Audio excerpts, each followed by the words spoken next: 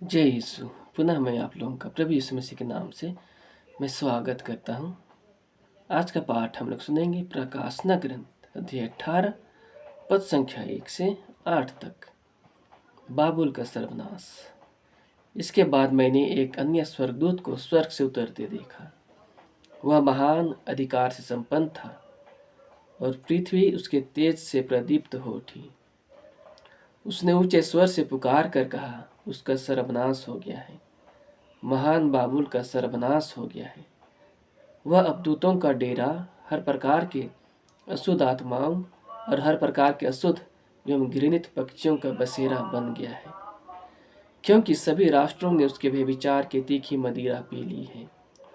पृथ्वी के राजाओं ने उसके साथ व्यभिचार किया है और पृथ्वी के व्यापारी उसके अपार वैभव से धनी हो गए हैं। मुझे स्वर्ग से एक अन्य वाणी यह कहते सुनाई पड़ी, मेरी प्रजा, उससे निकल जाओ, कहीं ऐसा ना हो कि तुम उसके पापों के भागी और उसके विपत्तियों के शिकार बनो, क्योंकि उसके पापों का अंबार आकाश तक ऊंचा हो गया है और ईश्वर ने उसके अपराधों का स्मरण किया है। उसने जैसा किया तुम भी उसके साथ वैसा ही करो। उसके कुकर्मों का दुगुना बदला चुकाओ और उसने जो प्याला दूसरों के लिए भरा है उसमें उसके लिए दुगुना ढाल दो। उसने जितनी डींग मारी और जितना भोग विलास किया उसे उतनी यंत्रणा और उतना शोक दो।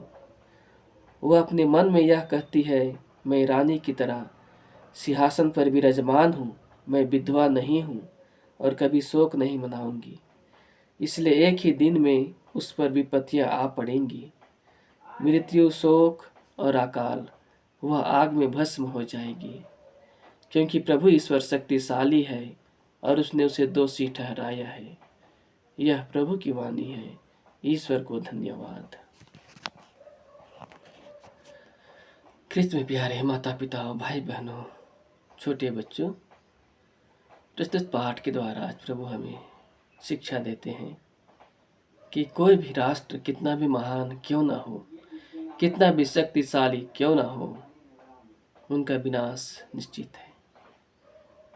प्रभु के सामने हर एक लोगों को दीन और नम्र बनना चाहिए, लेकिन कोई राष्ट्र, कोई मनुष्य प्रभु के सामने अपने आप को महान बनाता है, घमंड करता है, तो उसका विनाश निश्चित है। जिस तरह से बाबुल का सर्वनाश हो गया, बेबीलोन का सर्वनाश हो गया।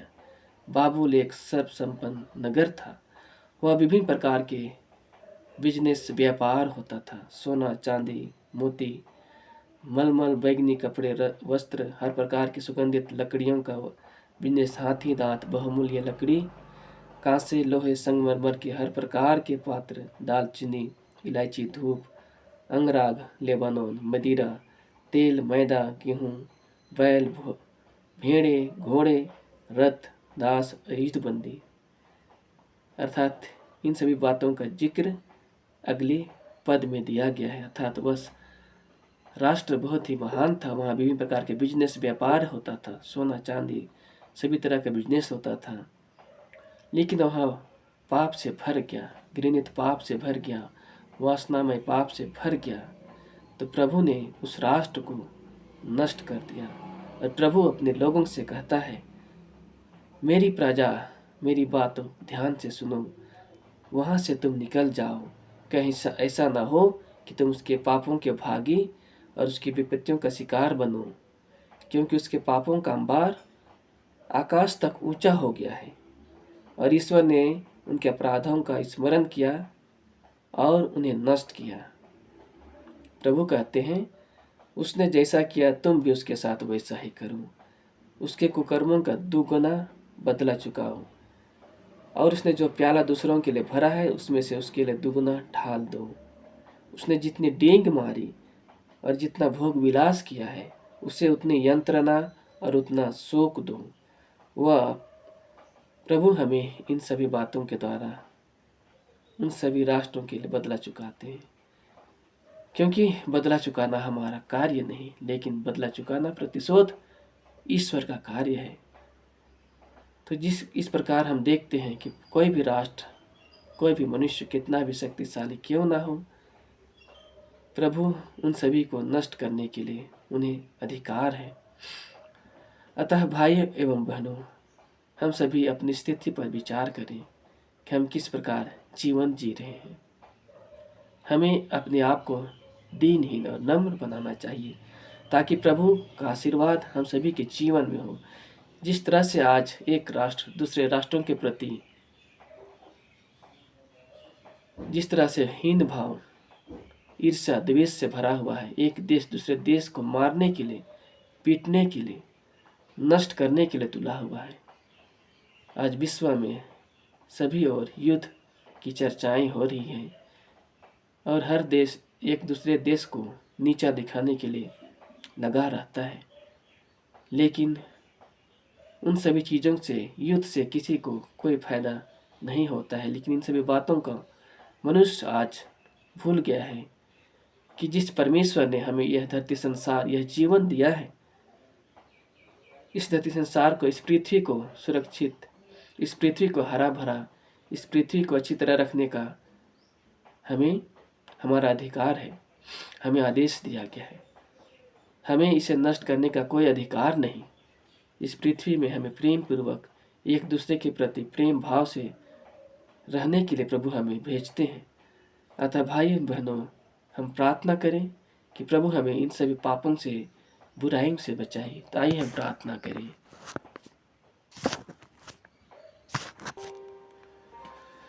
हे परम दयालु परमेश्वर, आज के दिन के लिए पुनः धन्यवाद देते हैं प्रभु कि हमें आपने नया जीवन दिया, नई सांस दिया पिता। हमें रात भर संभाला पिता, हमें मानसिक, शारीरिक और आध्यात्मिक रूप से स्वस्थ रखा पिता। परिवार के प्रत्येक सदस्यों के लिए भी प्रभु धन्यवाद कि प्रभु आपने उन्हें भी स्वस्थ रखा, नया जीवन दिया पिता। अपने रिश्तेदार पड़ोसियों के लिए भी धन्यवाद कि प्रभु आपने उन्हें अपने पवित्र हाथों में संभाला पिता। इस नए जीवन के लिए, नई जिंदगी के लिए धन्यवाद पिता। इस पवित्र पाठ के लिए, पवित्र वचन के लिए धन्यवाद पिता कि आप हमें जो भी घटनाएं घट चुकी हैं पिता, उन घटनाओं को और भविष्य में होने वाली घटनाओं को प्रकाशना ग्रंथ के द्वारा प्रभु हमें बताते हैं पिता। उन घटनाओं को प्रभु हम जाने और उन घटनाओं के द्वारा प्रभु हम सीख लें। प्रभु हमारे मन और आत्मा को इच्छा देके प्रभु, जो कुछ भी प्रभु आपने किया वो आपकी कृपा और आपकी इच्छा के द्वारा हुआ पिता। जिस तरह से प्रभु दुनिया में पाप फैलता है, बुराई फैलता है, तो प्रभु आपका अधिकार है कि उन सभी चीज़ों को आप नष्ट करने पाए पिता। क्योंकि आपने हर एक चीज़ों को सृष्टि किया, अपने शब्द मात्र से सभी चीज़ों का निर्माण किया पिता। मनुष्यों को प्रभु अपने हाथों के द्वारा मिट्टी से गढ़ कर प्रभु बनाया, हमारे अंदर नई सांस दिया पिता। हमारा कर्तव्य है कि प्रभु हम उस परमेश्वर को सजदा करें जो सच्चा है, जीवित है। वह परमेश्वर को हम आराधना करें, स्तुति करें। हे परम दयालु पिता परमेश्वर, आज धरती संसार के हर एक देशों को प्रभु आपके पवित्र हृदय में समर्पित करता हूँ।